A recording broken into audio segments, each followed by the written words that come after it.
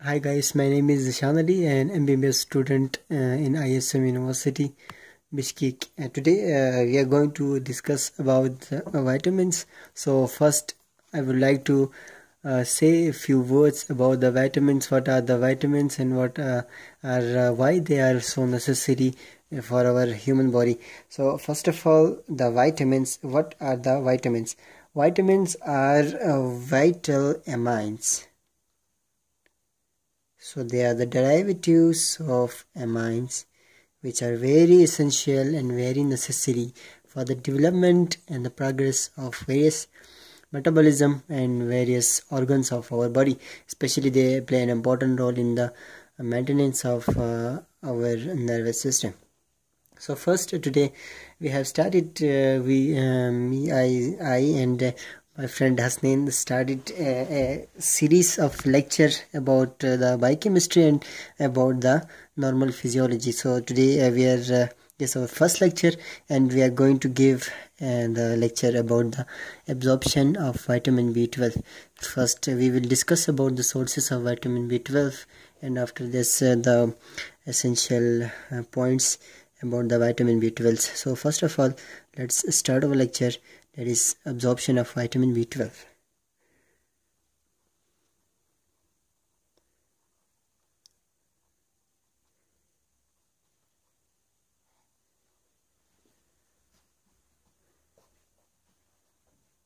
So first we will discuss about the main sources of vitamin B12. What are the sources from where we can get the vitamin B12? So vitamin B12, they are mainly present in animal sources from fish, from the liver, especially the livers, and the oil, mainly the fish oils, the cod oils, which are the very rich source for the vitamin B12.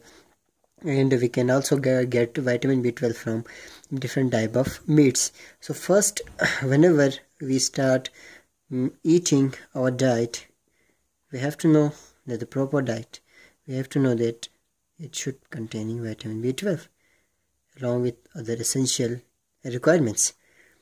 Whenever we start eating our diet, our food particles, food materials that containing vitamin B12, in oral cavity, what happens?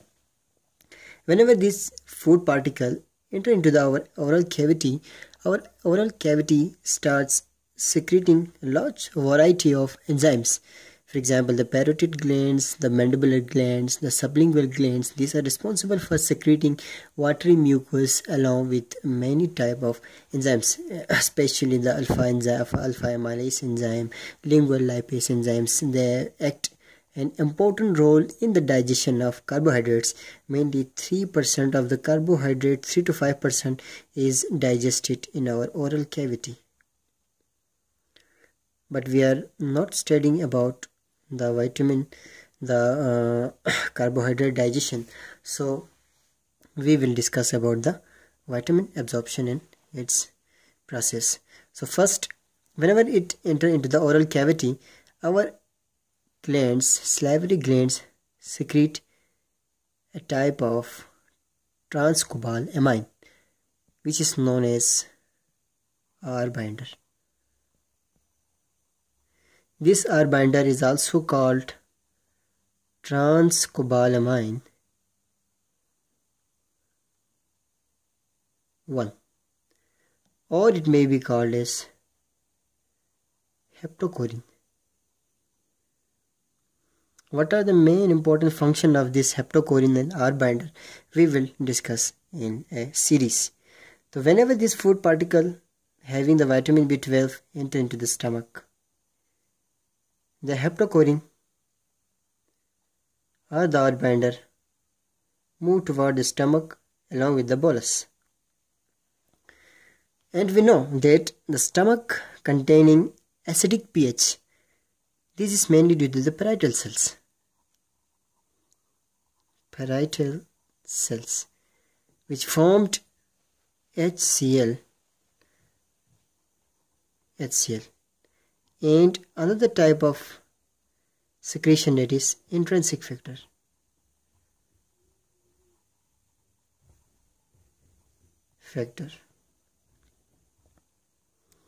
And we know that HCl is strong acid and it has a strong pH, a low pH, which make the stomach environment very acidic.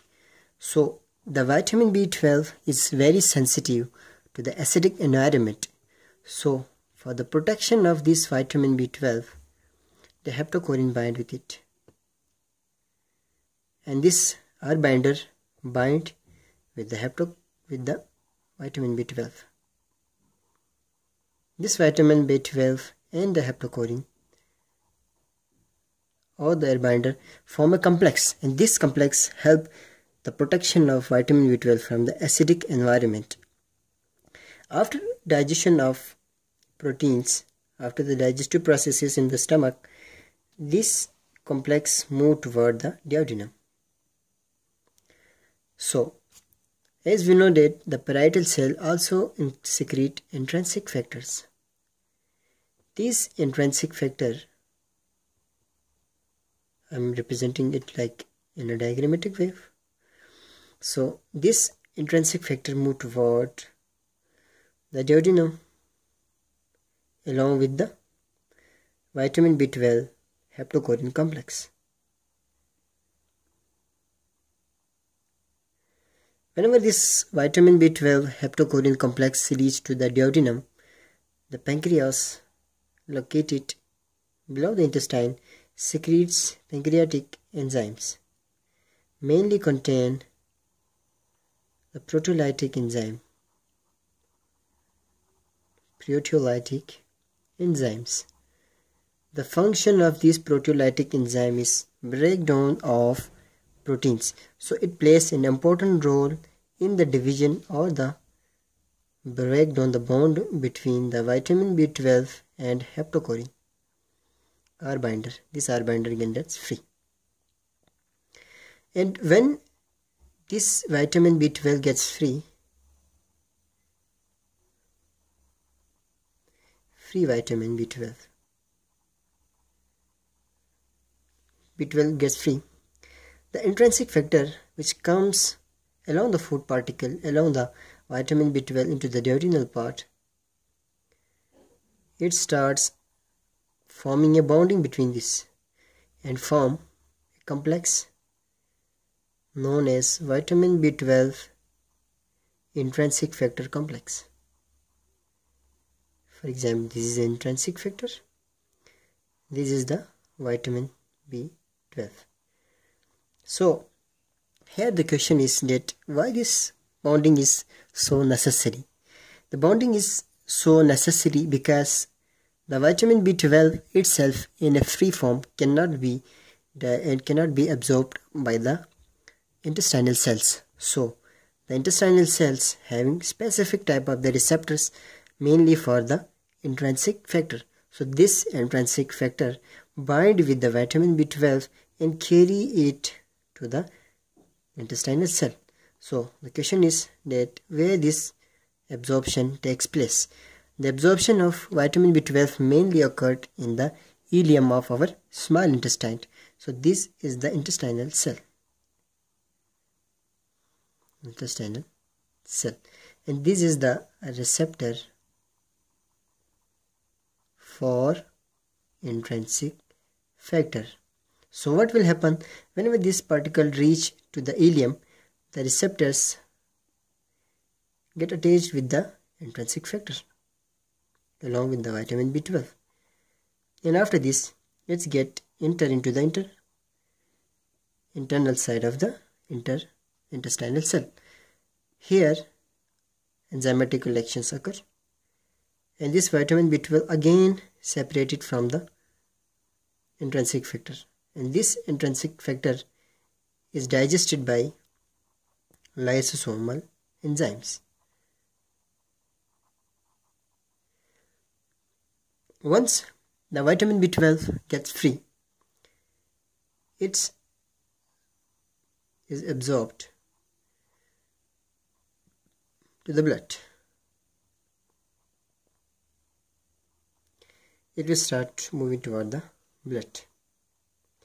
But if you look, that the vitamins, mainly the vitamin B12, vitamin B9, vitamin B7, vitamin B5, vitamin B7, these are all water soluble vitamins. So they do not need any type of transport in the blood for their transportation. So here the vitamin B12 and vitamin B9 are the only water soluble vitamins which require transporter in the blood to transport toward the liver or toward the points where it is important. So our intestinal cell forms another type of substance which is known as transcobalamine 2.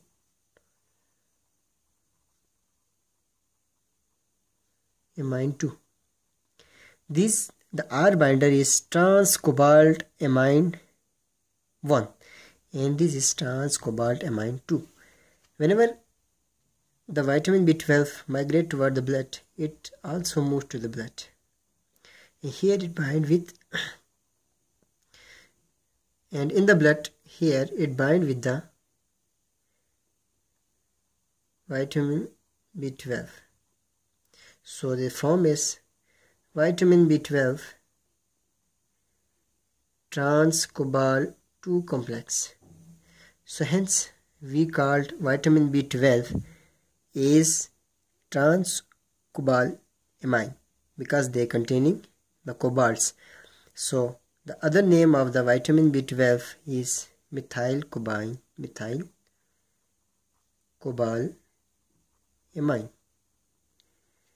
cyanocobalamine, cobalamines. After this, whenever it's entering into the blood, it starts moving toward the liver. Why it moves toward the liver? Because in the liver, the storage of vitamin B12 occurs.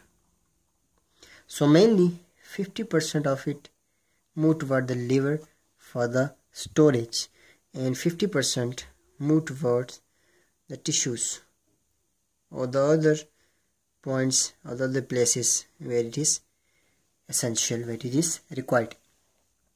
So this whole process is about the absorption of vitamin B12 and vitamin B12. So vitamin B12 and vitamin B9 are the only water soluble vitamins which have the capability or which can be stored in our body for the longer period of time into the liver. So vitamin B12 that is stored for few years, but the vitamin B9 cannot store for years, so it is approximately 4-month storage of the vitamin B12 occur.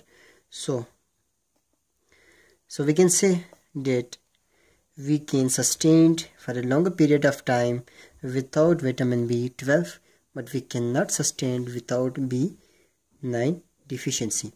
So there I want to tell few words about the deficiency of vitamin B9 and vitamin B12.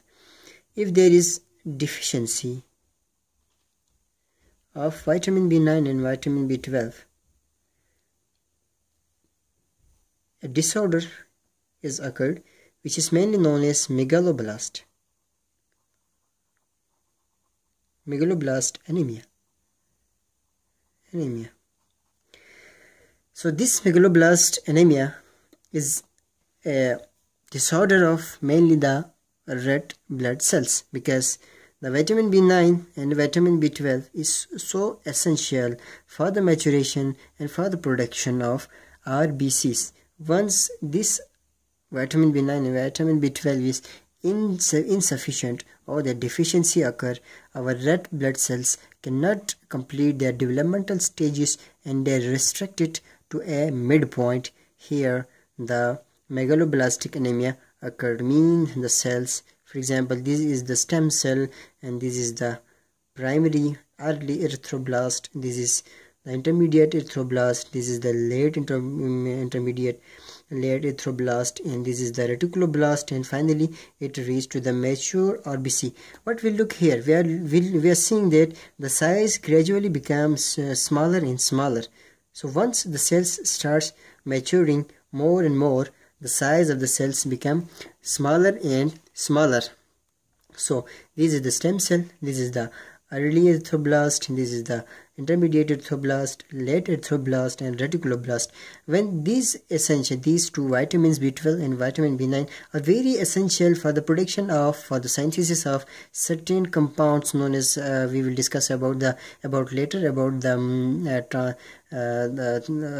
foliate, that is a tetrahydrofolate and dihydrofolates, which takes a very important role in the formation, in the maturation of RBCs. So here, if these two are insufficient, so this is restricted to certain point. For example, restricted to here, so no maturation occur after this. So this is the larger in size, the nucleus is larger, so this is called megaloblast. So this was our first lecture about the absorption of vitamin, and after this we will discuss about what are the megaloblast and what are the absorption of vitamin B9s and what are the importance of other type of the vitamins. Thank you, and thank you for watching our videos. Bye bye.